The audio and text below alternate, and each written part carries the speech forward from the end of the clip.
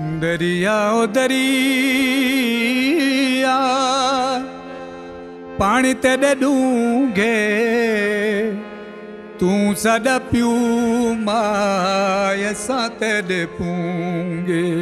یہ صرف سیلابی پانی سے تباہی نہیں بلکہ ایک ماں کے لال کی پیدائش کی خوشی بھی ساتھ بہا لے گیا ہے۔ جلال پور پیروالا کا یہ امدادی کیمپ جہاں ایک طرف سیلاب متاثرین کے لیے پناہ گاہ ہے، وہیں ہر لمحہ ان کے لیے ایک نئی آزمائش بھی ہے۔ بشرا بی بی اور روبینہ بی بی جنہوں نے چند دن پہلے ہی آیان اور حنین کو جنم دیا ہے، دونوں ہی اپنی پہلی دفعہ گود ہری ہونے کی خوشی منانے کی بجائے اپنے بچوں کی ایک ایک سانس کی جنگ لڑ رہی ہیں۔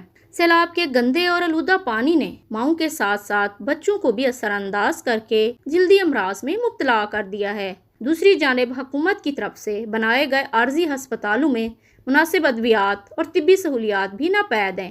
کیمپوں میں بچوں کے لیے کپڑوں، دودھ اور دیگر بنیادی اشیاء کی بھی کمی کا سامنا ہے۔ یہ صرف بشرا اور روبینہ بی بی اور ان کے بچوں کی ہی کہانی نہیں بلکہ ان سینکڑوں ماؤں کی کہانی ہے جو زچگی کے بعد بھی سکون کا سانس نہیں لے پا رہی۔ غذائی قلت، وٹامنز کی کمی اور مناسب خوراک کا نہ ہونا زچہ و بچہ دونوں کی زندگیوں کو خطرے میں ڈال سکتا ہے۔